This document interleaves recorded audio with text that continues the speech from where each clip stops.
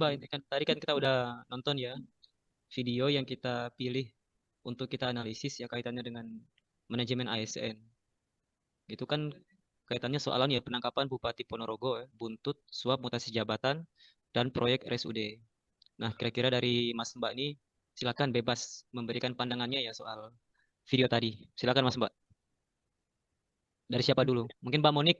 Menurutku praktek apa ya, jual beli jabatan ya itu kayak masuknya. Karena kita mau mutasi harus bayar dulu ke pimpinan dan lain. Jadi itu adalah salah satu contoh praktek ASN yang buruk, soalnya eh, dia tidak apa ya, tidak menjalankan fungsi ASN, yaitu pelaksana kebijakan publik, pelayan publik, perekat dan pemersatu bangsa, di mana jual beli jabatan itu menurutku ya praktek yang sangat tidak bisa ditoleransi sih guys. Itu sih Mas Mbak. Oke, itu dari Mbak Monik. Dari Mas Mbak yang lain coba. Kalau aku ya, dari video tadi, sebenarnya aku setuju dengan pendapat dari Mbak Monik ya, bahwa memang kalau dilihat dari videonya itu kan ada jual beli jabatan ketika kita akan mutasi. Berarti di situ ada penyalahgunaan kewenangan jabatan kan.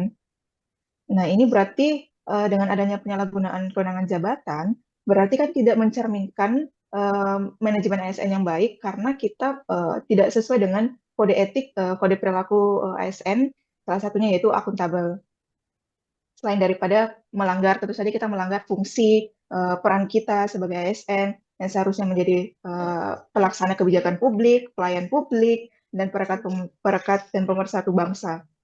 Menurutku itu sih, Mas, Mbak. Menarik Mbak, insight-nya menarik. Dari Mbak Lia nih mungkin. Iya. Kalau saya sepakat juga ya, setuju sama Mbak Monik dengan Mbak Awal ya. Bagaimana kalau jual beli jabatan itu juga berarti kan tidak objektif ya dalam menentukan mutasi jabatan, karena pasti ada konflik kepentingan ya di situ. Jadinya sudah tidak berintegritas lagi ya, menyambung di kode etik akuntabel tadi ya dari Mbak Awal. Juga mungkin kalau melihat juga kode etik lain, menurutku di bagian loyal juga ya, karena udah ini tidak menjaga nama baik ASN lagi kan. Gitu sih menurut saya. Hmm. Mungkin aku langsung nyambung ya dari yang disampaikan Mbak Lia, Mbak Aulia, dan Mbak Monik. Mungkin juga terkait di kompetensi juga. Karena kalau kita melihat yang namanya mutasi atau promosi jabatan itu kan juga kita melihat kompetensi juga sih sebenarnya. Orang yang berkompetensi pasti dia akan lebih mudah untuk promosi jabatan. Kan seperti itu logikanya. Nah, sedangkan orang-orang yang mereka ada praktik kolusi, korupsi, nepotisme kan mungkin mereka orang-orang yang, mohon maaf, bisa dibilang secara kompetensi kurang. Makanya mereka melakukan praktik suap agar dia dapat tempat di jabatan-jabatan tertentu yang menghasilkan banyak uang, mungkin seperti itu negatifnya ya. Karena pada prinsipnya namanya ASN kan juga kita harus berkompeten. Makanya itu tadi mereka akhirnya melakukan jalan pintas dengan melakukan suap. Oke, saya menyambung masyarakat, saya sepakat Mas soal tadi kompetensi ya. Kan tadi kan itu sangat terkait juga dengan merit system yang terganggu ya, yang tidak dijalankan ya. Konsekuensinya otomatis nanti sumber daya yang dihasilkan dari proses merit yang tidak seharusnya itu kan pasti tidak kompeten, pada akhirnya kan seseorang tidak akan ditempatkan pada tempatnya ya. Yang kedua mungkin kaitannya juga dengan nilai akuntabilitas ya, karena akuntabilitas kan berkaitan sama integrity ya. Itu juga pasti dia akan dipertanyakan ya kalau produk pergantian sumber daya manusia kita kan acuannya dengan cara-cara yang seperti itu ya.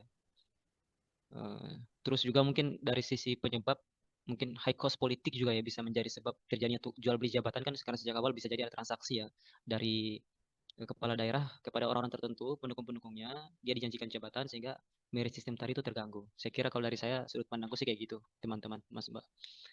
Oke, saya kira semua udah menyampaikan pandangannya ya untuk video ini. Oke, saya kira cukup ya Mas Mbak ya. Kita lanjut video yang kedua. Video yang kedua. Oke. Catatan dulu Mas. Menjadi pemimpin dan pelayan masyarakat yang baik bukan hanya sekedar bisa memberi arahan dan penugasan dalam setiap kebijakan. Pemimpin yang baik harus bisa merangkul dan mendengarkan aspirasi masyarakat secara langsung.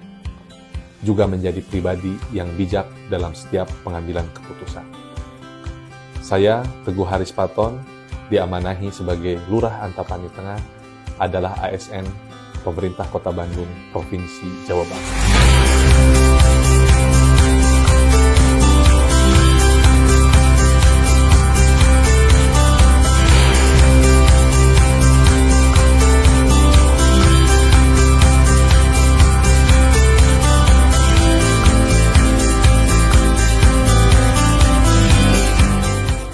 Di awal masa jabatan saya sebagai Lurah Antapani Tengah, saya membuat program bernama Abah Timi.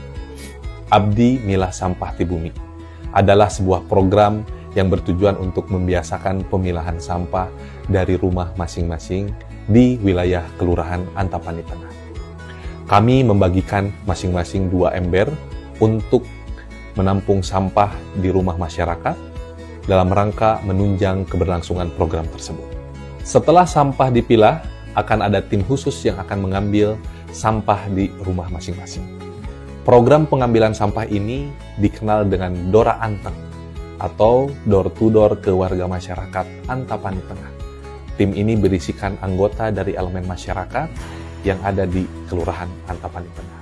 Harapan saya dari anugerah ASN ini bisa menjadi inspirasi bagi teman-teman ASN yang lain untuk membuat inovasi yang bermanfaat bagi masyarakat.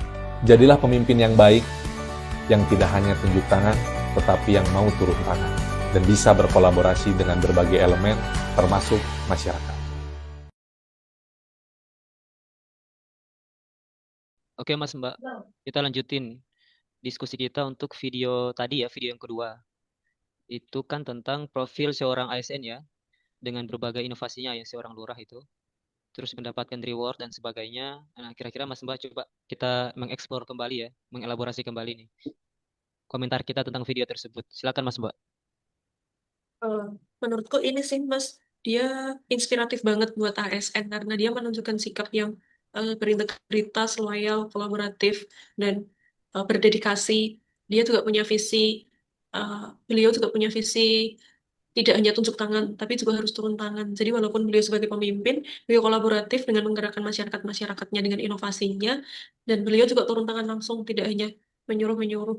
Dan menurutku beliau sangat inspiratif sih Mas, praktek baik banget untuk ASN seperti kita. Oke, menarik ya Mbak Monik. Mungkin yang lain Mas Mbak, pandangannya? Ya Mas Mbak, menurutku setuju dengan Mbak Monik ya.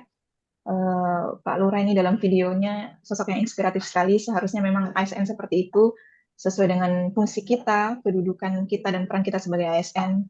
Salah satunya sebagai pelayan publik tercermin dari program-program yang dibuat oleh Pak Lurah untuk bagaimana melayani publik itu dengan sebaik-baiknya, dengan inovasi dia. Selain itu juga berarti sudah terwujud nilai loyal, salah satunya itu menjaga nama baik ASN dan instansi dan negara kita tercermin dari perilakunya Bapak. Menurut saya gitu, teman-teman. Oke Mbak Aul, mantap Mbak, pandangannya bagus. Yang lain juga mungkin masyarakat, Mbak Yuliana.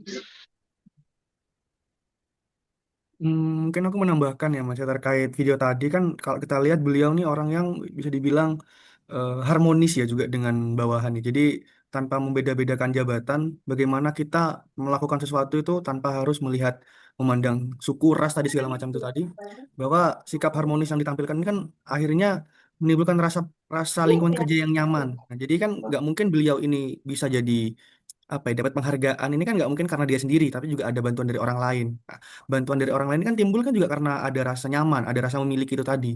Itu terus juga yang kedua, beliau ini kalau saya lihat sih karena udah saking ini ya, ada penerapan-penerapan pengamalan teori sih lebih tepat. Jadi apa yang dia dapat dia terapkan di kehidupan nyata. Kadang kan kita hanya dapat tapi tidak kita terapkan di seperti itu. Jadi mungkin beliau lebih orang yang dapat menerapkan secara nyata di tempatnya. Jadi akhirnya beliau dapat penghargaan. Itu Mas. Oke Mas. Oke, dari Mbak Yuliana mungkin ada pandangannya.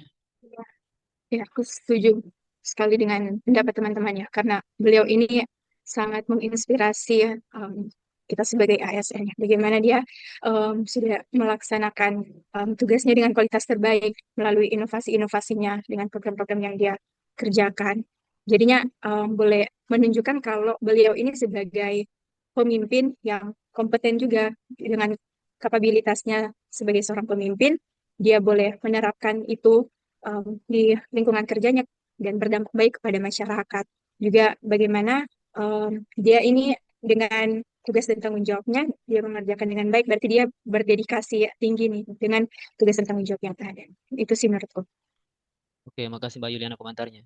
Kalau dari aku merasa dari video itu mungkin ada beberapa hal ya yang positif yang bisa kita lihat ya.